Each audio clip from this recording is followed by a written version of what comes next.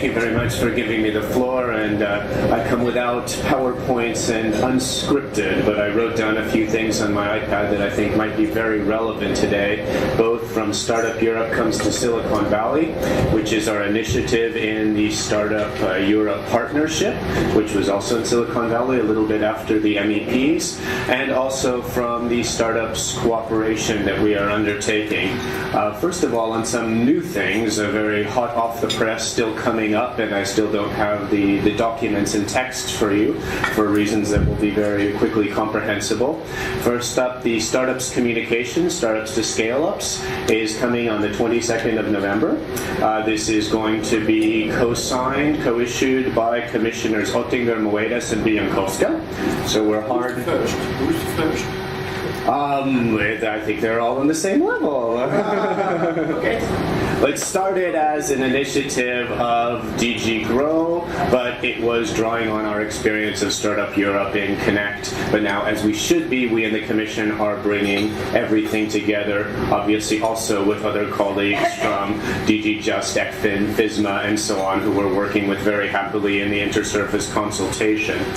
What's going to be, I think, interesting there is the follow-up, obviously, and there, under the Startup Europe umbrella, we really do want to bring together a lot of the diverse support that we have and are going to have for Europe's startups, and most of all, getting them to be scale-ups. Something that we see is, even if you keep Silicon Valley in, and even more if you take Silicon Valley out, the startup activity in Europe is huge now. The companies are being founded. The ecosystem for starting out is very good, but for scaling up and becoming a unicorn that we do have more and more, it is more difficult than in Silicon Valley. So we're hoping with this set of initiatives, which is in response to the Scale-Ups Manifesto coming from the community, that we will be moving forward with the Commission, working with the European Parliament, the Member States, and other stakeholders, obviously. Something else that's coming up very soon, it's for a sector, but it's relevant, and it's the Roundtable of European Bank CEOs with Commissioner Dombrovskis and with Commissioner Oettinger. And there, one of the things that's going to be emphasized on Monday as one of the results of the recommendations coming from the CEOs on digitalizing banking to the Commission, and the Commission's response is bringing together the fintechs and the banks, so the startup and corporate collaboration. Also, in this aforementioned communication, one thing that we're also trying to put in there is not just the corporates, but collaboration with the mid-caps, really making sure that the whole business ecosystem of Europe works together, whether it's for mergers and acquisitions or collaboration in working together. Now, looking at Startup Europe Comes to Silicon Valley, what did we do there? We had a European Innovation Day, which was the meeting of European startups and scale-ups with the venture capitalist Tim Draper, among others, but also European networking. You had the people who are in Silicon Valley, are Spanish, Estonian, German, etc., colleagues who are working there, coming together and meeting the startups from Europe who want to scale into the market of the United States after having been successful in Europe. How did we choose the startups and scale-ups that were going? Startup Europe did an open call, and 15 of the best were chosen. So we were also showcasing and working to open markets for some of our soon-to-be, hopefully, very successful scale-ups. There were also meetings afterwards for these 15 chosen startups and also others at various points with venture capitalists from the U.S., lawyers who were explaining some of the intricacies of the U.S. market. Interestingly, almost all the lawyers were Europeans, though they were working in U.S. law firms. They were Swedish and Polish, etc.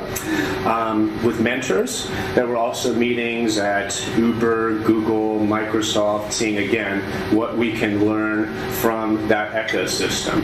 I mean, something that is very interesting there and that is a takeaway, and it's not so easy to copy here, especially when we look European-wide, because this is one thing we at the Commission and the Parliament should try to be doing, is that they really benefit from the concentration of talent and investors. You hear again and again, we go down to this pub or we go down to this bar, and there you can meet the VCs. There you can meet the lawyers who know how to make the agreements with the VCs. You know how find people who can do the immigration papers for bringing in talent from somewhere else. And this might be all around a craft beer or something like that.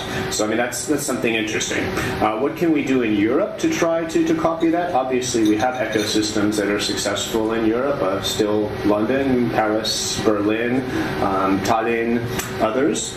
But we can also work on creating a better ecosystem across Europe, and the digital single market helps in this. It's obviously the physical contact, the talking is still important, even in the digital revolution of Silicon Valley. You see very many of the important meetings have even had their first contact by people being in the same room, in the same networking, in the same coffee house or bar. But we have steps forward, one of which is the Fund of Funds, which has just been announced, really bringing together a push for European venture capital. Also, we're looking at a way that we can have the regulator just down the street effect of the regulatory sandbox, the discussion on how new business models fit in to regulatory frameworks that didn't prohibit that, but didn't foresee, for instance, a disintermediated model, a distributed model in finance or in relation to, let's say, the automated car or the connected car. So we're also looking at ways that platforms can make this also available to startups and scale-ups anywhere in Europe. And this is something that we might see as well in the startups communication. We'll only be able to signal that when it's published. Also, the Startup Europe networking of ecosystems is something that's very important. So the energy that we have in Berlin in certain sectors, the energy that we have in Stockholm and others, issues that we have in some of our startup, very much booming ecosystems with affordable housing and so on, might benefit from being able to link up to startups and scale-ups that are in Warsaw or other places where it's, even more affordable if the startup starts to scale beyond the talent pool that they have and cannot easily bring people in.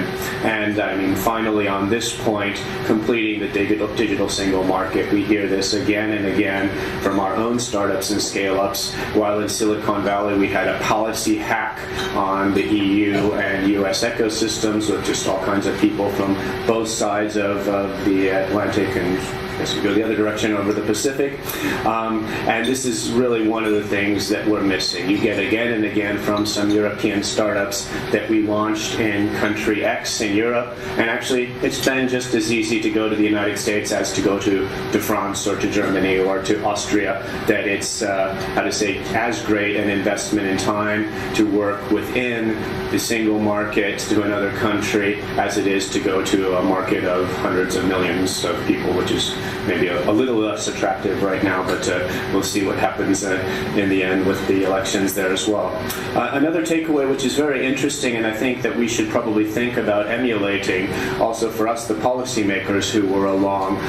We met with people from Department of Commerce, State Department, and so on, people coming over from Washington from anti-terrorism and digital.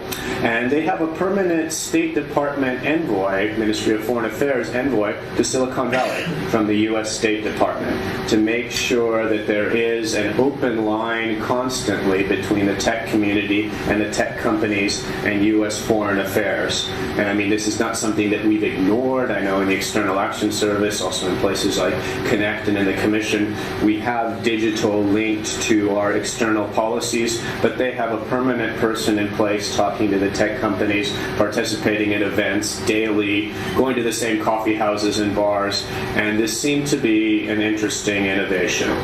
Something else which came up that was very striking was control of data. We often hear that, the Europeans are very special on this. For us, you can say maybe it's more of a case of privacy and security, but I was hearing again and again, and from some of the very well-funded startups by VCs in Silicon Valley, that control of data is one of the big new business models, but for monetization of data. how can the U.S. consumer make money off of his or her data and not have the platforms make money off of it? So maybe a little bit of a different ideology, more consumerist, but really some very well-funded startups coming up and were telling us within these kinds of brainstormings that this is our model. Real consent, real control of data. Don't let the data go freely everywhere. So, I mean, in some ways, perhaps our business models don't differ. Perhaps the ideology, whether it's human rights, fundamental rights, or it's commerce, might differ a little bit, but we might see a certain convergence there, and this is something to watch, I think, very closely. Finally, in my task that I will be leaving for, unfortunately, for the European Payments Federation in a few minutes to speak there. I'm in the fintech context. I was meeting with companies individually there, and some of the interesting takeaways that I got there was they were saying that standards are very important for them scaling into Europe, and that they think this is an important issue also for completion of the DSM, because in various ways we don't necessarily want to have all the biggest companies come in here, and take over the market, but I mean, the things that are good for having a single market here are also good for our enterprises, and of course we're an open market.